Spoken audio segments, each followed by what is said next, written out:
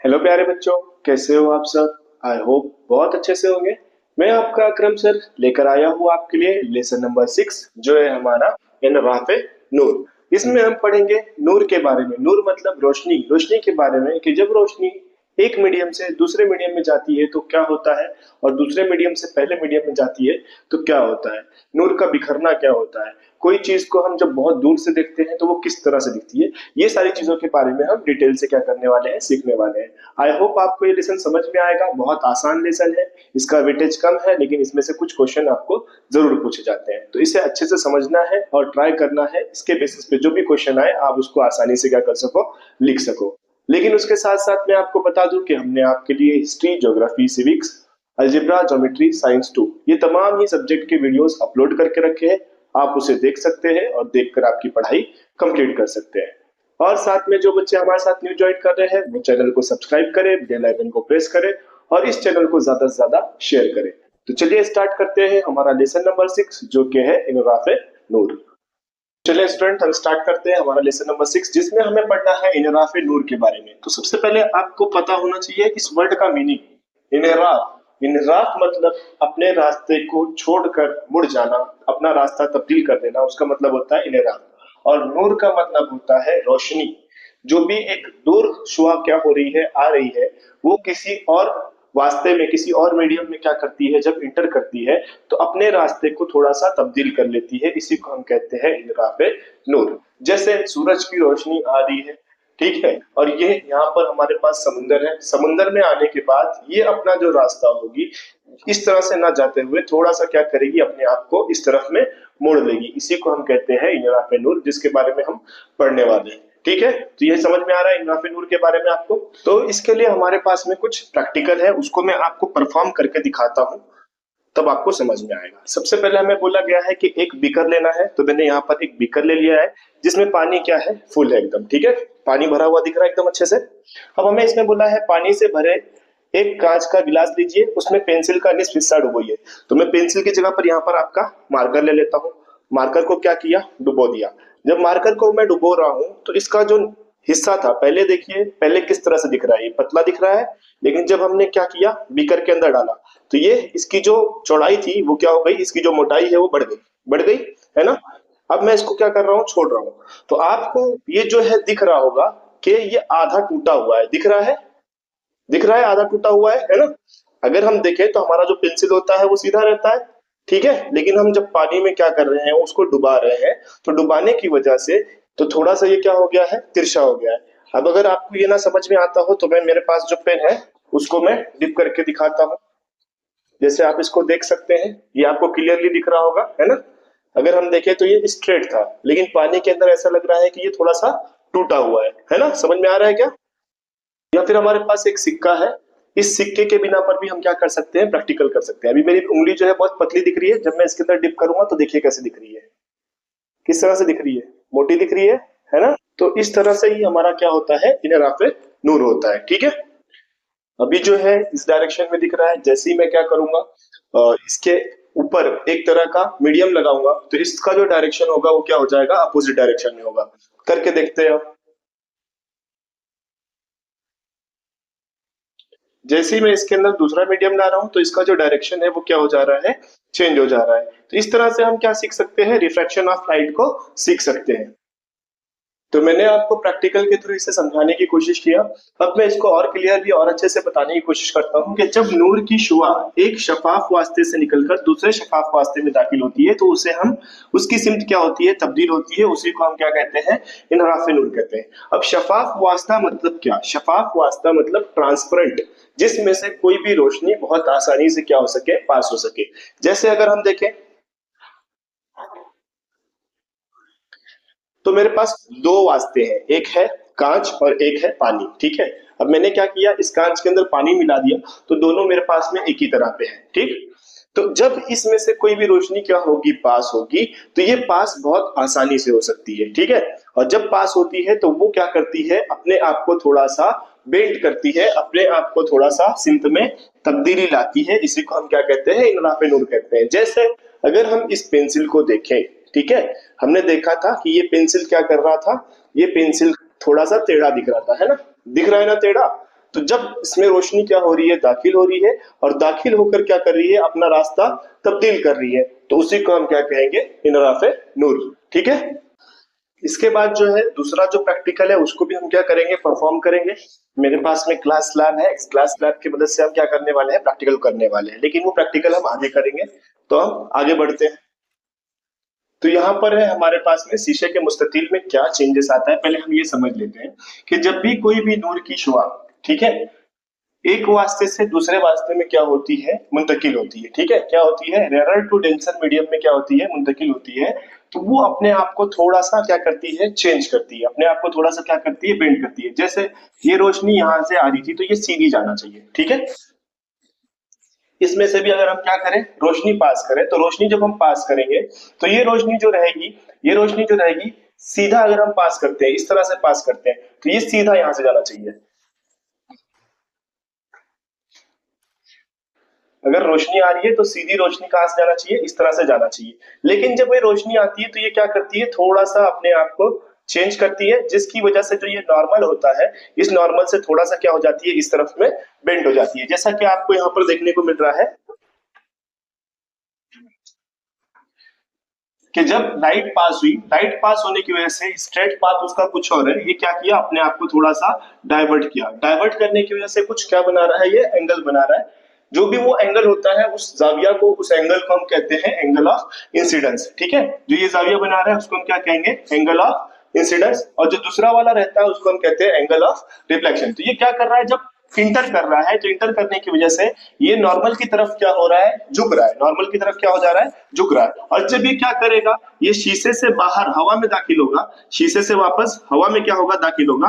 तो इसको इस तरह से जाना चाहिए, लेकिन ये इस तरह से ना जाते हुए थोड़ा सा बाहर की तरफ क्या हो जाएगा, मुड़ जाएगा। बाहर की तरफ क्या हो जाता है, मुड़ जाता है। इसकी वजह से ही हमारा जो पेंसिल होता है, या हमने जो भी प्रैक्टिकल किए उसमें थोड़ा सा क्या हो रहा था, डाइवर्जन दिख रहा था। जैसे मैं वापस आपको दिखा सकता हूँ कि हमारा जो पेंसिल था, पेंसिल को अगर हम क्या कर रहे हैं, रख रहे हैं, तो ये स्ट्रेट ना जाते हुए थोड़ा सा बाहर की तरफ क्या हो रहा है, मुड़ जा रहा है। बाहर की तरफ क्या हो रहा है, मुड़ जा रहा है। बाहर की तरफ मुड़ने की वजह से ये हमें क्या है, थोड़ा सा टूटा हुआ दिख रहा है। तो सेम टू सेम यहाँ पर होता है कि एंगल ऑफ इंसिडेंस की वजह से, जब एंगल ऑफ इंसिडेंस क्या होता है, इंटर करता है, तो ये नॉर्मल की तरफ क्या होता है, थोड़ा सा झुक जाता है। और जब वो शीशे से बाहर जाता है तो बाहर की तरफ में वो क्या होता है, हवा की तरफ में थोड़ा सा झुक जाता है। मतलब एंगल ऑफ इंसिडेंस में ये नॉर्मल की तरफ झुकेगा, और एंगल ऑफ रिफ्लेक्शन में क्या होगा कि ये थोड़ा सा परे जाएगा। जो भी उसका क्या होगा, रिफ्लेक्टेड रे होगी, जो रे है उस रे से क्या होगा, थोड़ा सा दूर की तरफ में जाएगा। समझ में आ रहा है।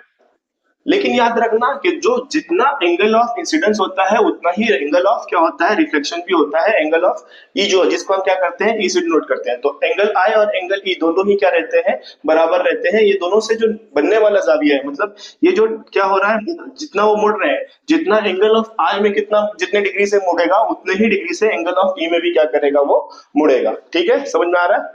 और अगर हम देखें तो जो हमारा इंसिडेंट रे है, जो रिफ्लेक्टेड रे है, या जो नॉर्मल है, ये तीनों कहां पर है, एक नुक्ते पर है, एक पॉइंट पर है।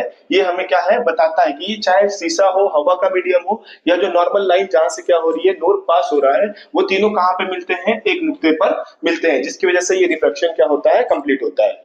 तो इसके ऊपर से कुछ कवानीन है, वो भी हम देखेंगे। उससे पहले हमारे पास प्रैक्टिकल है, क्या कर लेते हैं हम, इसको थोड़ा सा एनिमेशंस में देख लेते हैं। तो यहाँ पर क्लियरली हमारे पास में प्रैक्टिकल है कि जैसे ही हम क्या करते हैं, लाइट जो हमारे पास में ग्लास स्लैब है, ये हमारे पास में ग्लास स्लैब है। जब हम क्या करते हैं, ग्लास स्लैब में लाइट को क्या करते हैं, इंटर करते हैं। जब हम लाइट को इंटर करेंगे तो लाइट को क्या करना चाहिए था, लाइट को कुछ इस तरह से स्ट्रेट आना चाहिए था। ठीक है, लाइट को स्ट्रेट आना चाहिए था, लेकिन लाइट जो है वो नॉर्मल की तरफ में क्या हो गई, बेंड हो गई। इसी तरह जब हम क्या करेंगे, ग्लास मिलेंगे, क्या करेंगे, ग्लास मिलेंगे। तो मैं यहाँ पर ग्लास का मीडियम लगा देता हूँ, या वाटर मिलेंगे। तो जब हम क्या करेंगे, वाटर, जब हम क्या करेंगे, ग्लास में लेंगे, तो ये नॉर्मल से क्या होगी, थोड़ा ऊपर की तरफ में चली जाएगी। मतलब दूसरे वाले मीडियम में जब हम क्या करेंगे, ग्लास स्लैब लेंगे, तो ग्लास स्लैब में फर्स्ट वाले मीडियम में क्या हुई, फर्स्ट वाले मीडियम में थोड़ा सा इंटर होकर नॉर्मल की तरफ में झुक गई। लेकिन जब ये ग्लास स्लैब से बाहर जाएगी तो ये क्या करेगा, थोड़ा सा इस तरफ क्या होगा, डाइवर्ट होगा। लेकिन एंगल ऑफ इंसिडेंस जितना होता है, उतना ही क्या होता है, एंगल ऑफ रिफ्लेक्शन होता है। आई होप आपको समझ में आया रिफ्रैक्शन क्या होता है। अब इसी के ऊपर से हमें क्या दिया है, कुछ रिफ्रैक्शंस के लॉज दिए हुए हैं। तो लॉज में हमें ये बताया है, पहले लॉ में शुआए वकू और शुआए मुनहरफा। शुआए वकू दैट मींस बाहर से आने वाली जो शुआ है, और मुनहरफा जो क्या होती है, अंदर की तरफ में मुनहरिफ हो जाती है, मतलब मुड़ जाती है, उसको हम शुआए मुनहरफा कहते हैं। ये नॉर्मल पर क्या होते हैं, उमूद होते हैं, और सी डी के मुखालिफ होते हैं, और शुआए वकू, शुआए मुनहरफा और उमूद ये तीनों एक ही मुस्तवी में वाक़ होते हैं। जैसे मैंने आपको बताया था कि शुआए वकू दैट मीन्स जो हमारे पास में बाहर से आने वाली रे है वो, और जो अंदर में क्या हो रही है, मुड़ रही है वो, और जो हमारा क्या है, उमूद यानी नॉर्मल, ये तीनों एक ही पॉइंट पर क्या करते हैं, लाई करते हैं। ये पहला कानून है। ये क्या है, पहला कानून है। दूसरा, दिए हुए वास्तु की जोड़ी के लिए यहाँ हवा और शीशे के लिए साइन आई और साइन आर की निस्बत मुस्तकिल है। यहाँ आय जाविया वकू है, जबकि जाविया आर क्या है, मुनरफा है। मतलब आय क्या है, जाविया वकू, जहां पर क्या हो रहा है, इंटर कर रहा है, और जो आर है वो क्या है, मुनरफा है। जिसमें हमें बताया है कि साइन आई बटे साइन आर ये दोनों क्या होते हैं, एक दूसरे के बराबर होते हैं। दैट मीन्स जितना एंगल आई बनाएगा उतना ही एंगल कौन बनाएगा, आर बनाएगा। ठीक है, तो ये दो लॉ है। पहला लॉ कि शुआए वकू, शुआए मुनरफा, और जो उसका क्या है, उमूद, ये तीनों एक ही पॉइंट पर क्या करता है, लाई करता है, एक ही नुक्ते पर आते हैं। और दूसरा, शुआए वकू और शुआए मुनरफा जो जाविया बनाते हैं, ये जाविया क्या होता है, एक दूसरे के बराबर होता है। दैट मीन्स जाविया आई बराबर है जाविया आर के, यानी शुआए वकू का जो जाविया है वो शुआए मुनरफा के जाविये के क्या है, बराबर है। इसके साथ साथ हमें बताया गया है कि जो हमने क्या किया, कानून मालूम किया दूसरा वाला, उस कानून को स्नेल लॉ भी कहा जाता है। क्या कहा जाता है, स्नेल का कानून, स्नेल लॉ भी कहा जाता है। इसके बाद है हमारे पास टॉपिक इनराफे नुमा रिफ्रैक्टिव इंडेक्स। अब रिफ्रैक्टिव इंडेक्स का मतलब क्या, इनराफे नुमा का मतलब क्या। अगर हम देखें तो हर एक मीडियम का अपना क्या होता है, चेंज ऑफ डायरेक्शन होता है, कि अगर लाइट क्या होगी उस चीज में पास करेगी तो कितने डायरेक्शन में, किस तरह से क्या करेगा, अपनी डायरेक्शन को चेंज करेगा, उसी को हम क्या कहते हैं, रिफ्रैक्टिव इंडेक्स। जैसे यहाँ पर आपको दिया है कि नूर की शुआ मुख्तलिफ फासलों से गुजरते वक्त शुआ की सिमत में तब्दीली होती है, झुकाव आता है, इसी को हम क्या कहते हैं, इनराफे नुमा कहते हैं। मतलब ये कि जब नूर की शुआ क्या होगी, हवा से दाखिल होगी, या फिर शीशे में दाखिल होगी, या डायमंड से दाखिल होगी, या पानी से दाखिल होगी, तो हर एक में दाखिल होने, हर एक का जो डिस्पर्जन होगा, हर एक का जो मुड़ने की सलाहियत होगी वो अलग अलग होगी। ये भी मैं आपको प्रैक्टिकली प्रूफ करके दिखाता हूँ। रिफ्रैक्टिव इंडेक्स मतलब कौन से मीडियम में जो हमारा लाइट रे है, जो हमारा रे है, वो लाइट रे कितना क्या करता है, अपने आप को डिस्पर्स करता है, अपने आप को कितना क्या करता है, मोड़ता है, उसी को हम क्या कहते हैं, रिफ्रैक्टिव इंडेक्स कहते हैं। तो यहाँ पर जैसे हमारे पास में है ग्लास, तो ग्लास पर इसका डिस्पर्जन कितना है, ये हो गया इसका refractive index. That means 1.33 sorry 1.60 या 1.55 के आसपास उसका क्या रहेगा, रिफ्रैक्टिव इंडेक्स रहेगा। अगर मैं क्या कर लेता हूँ, मैं अगर ले लेता हूं वाटर पे, ठीक है, किस पे ले लेता हूं, वाटर पे, तो उसका रिफ्रैक्टिव इंडेक्स आ गया 1.33। फिर उसके बाद अगर मैं क्या ले लेता हूं, एयर पे ले लेता हूं, क्या ले लेता हूं, एयर पे, तो उसका जो रिफ्रैक्टिव इंडेक्स है वो 1.00 आ गया। तो इस तरह से हर एक मीडियम में जो हमारी लाइट रे है वो अपने आप को कितना मोड़ती है, इसी को हम क्या कहते हैं, रिफ्रैक्टिव इंडेक्स कहते हैं। ठीक है, तो ये समझ में आया रिफ्रैक्टिव इंडेक्स क्या होता है। जैसा मैंने आपको प्रैक्टिकल में बताया, नाफेनुमा वास्ते में नूर की रफ्तार पर मुनासिर होता है। मतलब इसका रिफ्रैक्टिव इंडेक्स जो होगा, नाफेनुमा जो होगा, वो किस मीडियम से क्या हो रहा है, पास हो रहा है, और जो नूर की शुआ है वो कितनी है, ये दोनों के ऊपर क्या करता है, मुनासिर करता है। अब यहाँ पर जैसे आपको अलग अलग चीजों के बारे में बताया है, हवा में कितना होगा, बर्फ में कितना होगा, पानी में कितना होगा, अल्कोहल में कितना होगा, मिट्टी के तेल में कितना होगा, अलग अलग चीजों के बारे में बताया है। तो इसमें से कुछ दो तीन है जो आपको क्या करना चाहिए, याद रखना चाहिए, आगे आपको काम में आएगा। जैसे हवा हो गया, पानी हो गया, या इसके अलावा आपके पास में क्या है, क्राउन शीशा है, ठीक है, ये हो गया, और कुछ हमारे पास में हीरा। ये तीन चार जो चीजें हैं इनकी आपको वैल्यू याद रखना चाहिए, क्योंकि आपको आगे ये क्या आ सकता है, काम में आ सकता है। तो अलग अलग मीडियम में अलग अलग तरह से वो क्या करेगा, अपने आप को झुकाएगा या अपने सिमत को तब्दील करेगा, इसी को हम क्या कहते हैं, इनराफे नुमा कहते हैं। तो इस तरह हमें बताया जाता है कि जो नूर की रफ्तार है हमारी, उसका जो रेशो होता है, उसकी जो निस्बत होती है, उसकी निस्बत को बताया जाता है। जैसे पहले वास्ते में जब क्या कर रहा है, ये एंटर कर रहा है, तो इसकी कुछ क्या होगी, इसकी क्या होगी, रफ्तार होगी, इसकी कुछ वेलोसिटी होगी। और दूसरे में जब क्या कर रहा है, एंटर कर रहा है, तो इसकी क्या होगी, कुछ रफ्तार होगी। तो इसको इस तरह से बताया जाता है 1:2, मतलब पहले रफ्तार जो है दूसरे रफ्तार से क्या है, निस्बत में है। ठीक है, पहली रफ्तार जो है दूसरी रफ्तार के क्या है, निस्बत है। यानी इसमें कितना चेंजेस आया, इनराफनुमा कितना हुआ, ये मालूम करने के लिए हमें क्या पता होना चाहिए, पहले रफ्तार कितनी है और दूसरी रफ्तार कितनी है। दोनों का जब हम क्या करेंगे, रेशो निकालेंगे, तो रेशो निकालने के बाद हमें मालूम चलेगा इनराफे नुमा। या इसी को हम क्या कर सकते हैं, उल्टा भी कर सकते हैं, पहले V2 लिखकर V1 कर ले, that means V2 bye V1, तो उसका जो क्या हो जाएगा, रेशो हो जाएगा वो 2n1 हो जाएगा। और अगर पहले हम क्या करते हैं, पहले वास्ते का रखते हैं बाद में दूसरे वास्ते का रखते हैं, तो उसकी जो रेशो रहेगी वो 1n2 रहेगी। ठीक है, तो इसी तरह हम किसी भी वास्ते का क्या कर सकते हैं, इनराफे नुमा मालूम कर सकते हैं। ठीक है, और हमें क्लियरली बताया है कि अगर पहला वास्ता खिला हो, यानी खुला आसमान से क्या हो रही है, हमारी जो रोशनी है, खिला जो है, खिला से क्या हो रही है, रोशनी आ रही है, तो वो जो पहला वास्ता होगा सिर्फ वो पहला वास्ता कहलाएगा, जिसको हम इन से क्या करते हैं, जाहिर करते हैं। ठीक है, तो इसी तरह हमें लतीफ वास्ता और कसीफ वास्ता के बारे में बताया गया है, जिसके बेसिस पे हमें 3 कवानीन बताए, जो मैंने आपको स्टार्टिंग में ही बता दिया है, फिर भी मैं आपको क्या करता हूँ, वापस से बता देता हूँ।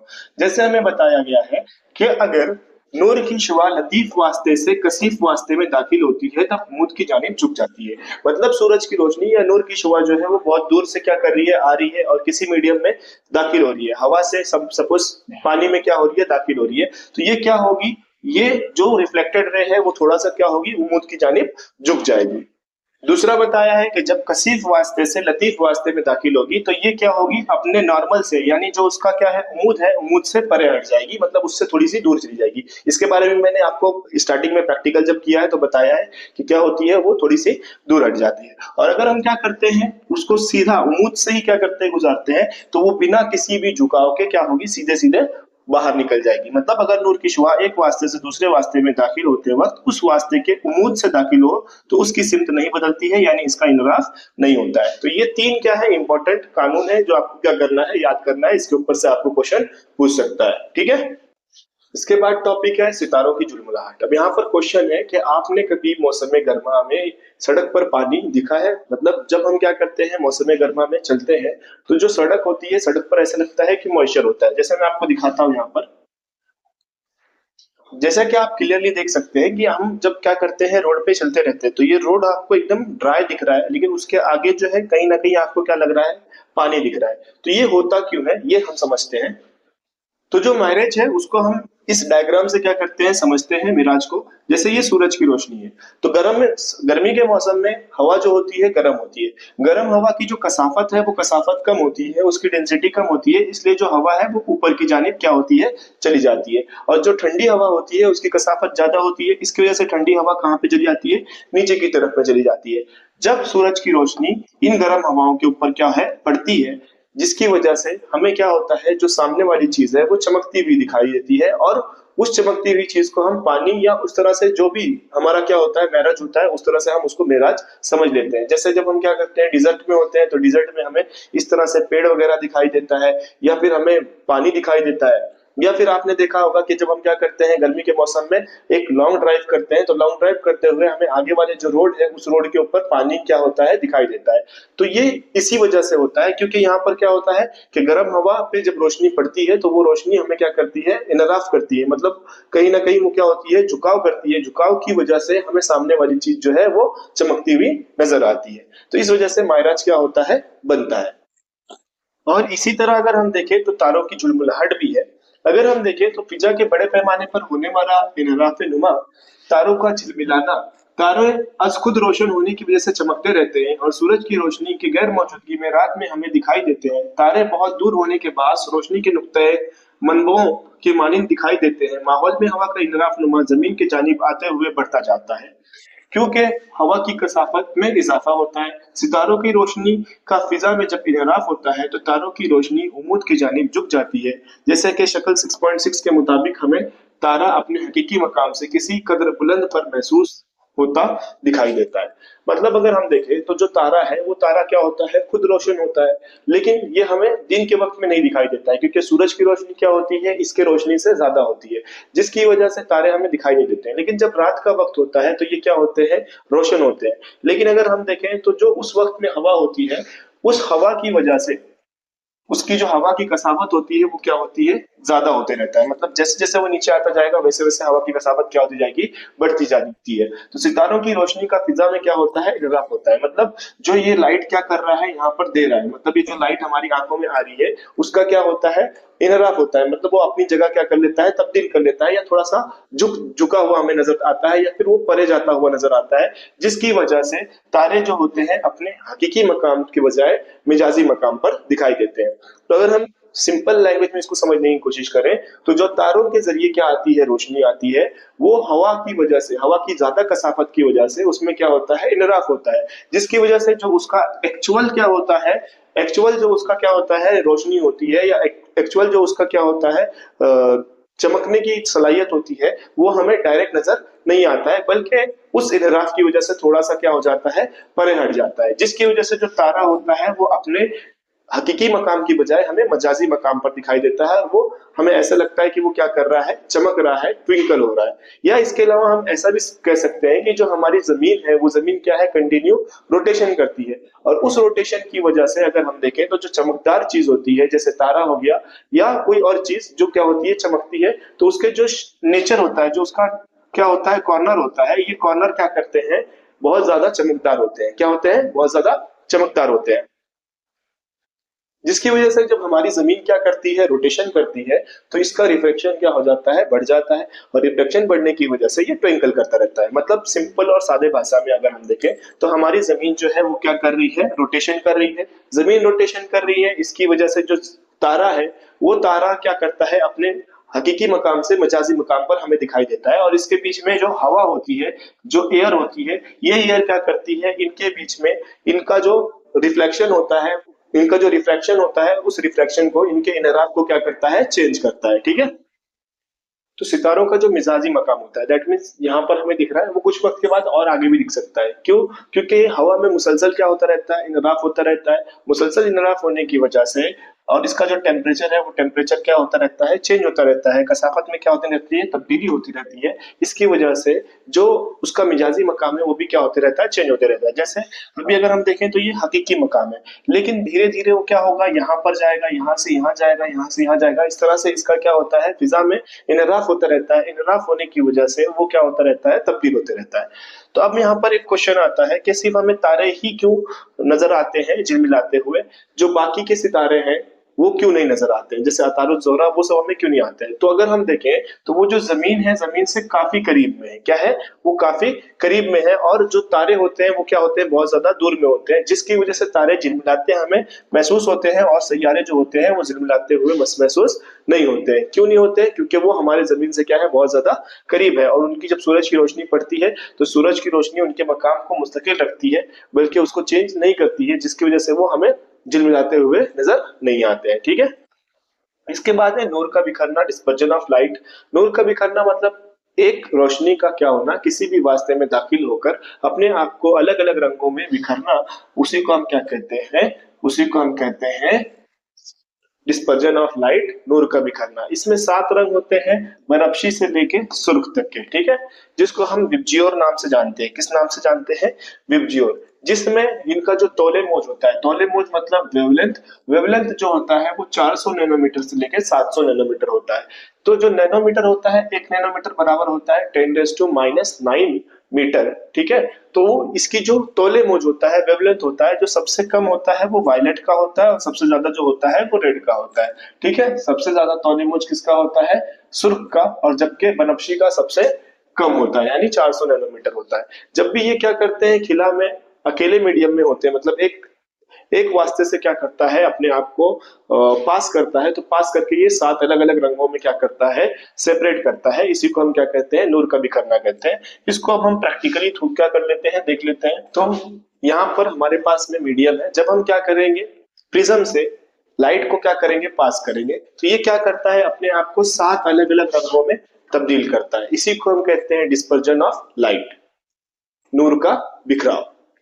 जैसे कि आपको यहाँ पे क्लियरली दिख रहा होगा कि ये क्या है, एक बीम ऑफ लाइट है जो क्या कर रही है, प्रिज्म से पास हो रही है। जब प्रिज्म से पास हो रही है तो वो 7 अलग अलग कलर्स में क्या कर रही है, इसको डिस्पर्ज कर रही है। तो इसी को हम क्या कहते हैं, डिस्पर्जन ऑफ लाइट, जिसमें रेड कलर की वेवलेंथ क्या होती है, सबसे ज्यादा होती है, और जो हमारे पास वायलेट होता है उसकी सबसे कम होती है। इसको हम विबजियोर नाम के वर्ड से क्या कर सकते हैं, याद कर सकते हैं, ठीक है। इसके बाद है जुजवी और कलवी अंदरूनी विकास, partial and total internal reflection. इसमें क्या होता है कि जब कसीफ कसीफ वास्ते से लतीफ वास्ते में कोई भी शुआ क्या होती है, दाखिल होती है, तो उस वक्त नूर जुज़वी तौर पर मुनक्किस होता है, यानी इनेकास के कवानीन के मुताबिक नूर का कुछ हिस्सा पहले वास्ते में मुनक्किस होकर दोबारा कसीफ वास्ते की तरफ लौट जाता है। मतलब क्या होता है कि ये इस तरफ से क्या कुछ बाहर गई और कुछ क्या हो गया, लौट कर आ गया। तो इस तरह से ये क्या होता है, कंप्लीट होता है। इसको हम क्या कहते हैं, जुज़वी इनेकास कहते हैं। अगर हम इसमें देखें तो हमें बेसिकली क्या बताया गया है कि इसमें तब तक के रिफ्रैक्शन होता है जब तक के ये 90 डिग्री पर ना पहुंच जाए। कहां पे ना पहुंच जाए, 90 डिग्री पर। और जब यहाँ पे पहुंच जाता है तो रिफ्लेक्शन क्या हो जाता है, बंद हो जाता है। मतलब ये मुनकिस जो हो रहा है बाहर, वो बाहर नहीं होगा, बल्कि क्या होगा, ये अंदर की तरफ क्या होगा, इसका इनेकास होगा। इसी को हम क्या कहते हैं, इसी को हम कहते हैं जुज़वी और कल्वी अंदरूनी इनेकास। ठीक है, जैसा कि हमें बताया हुआ है कि स्नेल लॉ के मुताबिक जो जाविया आर होता है, जाविया आई होता है, उतना ही क्या होता है, जाविया आर होता है। तो अब यहाँ पर हमें बताया है कि जाविया आई की एक मखसूस कीमत के लिए आर की कीमत 90 हो जाती है। आई की इस मखसूस कीमत के जाविये के फासला जाविया को क्रिटिकल एंगल कहते हैं। मतलब जहां पर ये 90 डिग्री होता है उसको हम क्या कहते हैं, क्रिटिकल एंगल कहते हैं। जाविया फासला से बड़े जाविये के वकू वाली शुआओं के लिए जाविया मुनारफा की कीमत 90 से ज्यादा हो जाती है। मतलब जब ये जाविया मुनारफा रहती है तो ये जाविया मुनारफा 90 से क्या हो जाती है, ज्यादा हो जाती है। 90 से ज्यादा होने की वजह से वो वापस क्या होती है, उसी तरफ पलट जाती है। और वापस पलटने की वजह से ही हम क्या कहते हैं, उसको ही हम क्या कहते हैं, जुज़वी और कल्वी अंदरूनी इनेकास। मतलब मैं बेसिकली अगर बताऊं तो यहाँ पर क्या होता है कि यहाँ पर तब तक के क्या होता रहता है, इनराफ होता रहता है, तब तक के इसमें से जो लाइट है वो क्या होती है, नूर जो है वो क्या होता है, पास होते रहता है, जब तक नूर की शुआ 90 डिग्री पे नहीं जाती है। और जैसे ही वो 90 डिग्री बनाती है तो वो वापस क्या होती है, उसी मीडियम में लौटने लग जाती है। तो अगर मैं बेसिकली बताऊं तो इसमें क्या हो रहा है, इसमें किसी भी वास्ते से क्या हो रही है, नूर अगर पास हो रहा है तो नूर उस वक्त तक के क्या करेगा, इनराफ करेगा, रिफ्रैक्शन करेगा, जब तक कि वो जाविया 90 डिग्री का ना बना ले।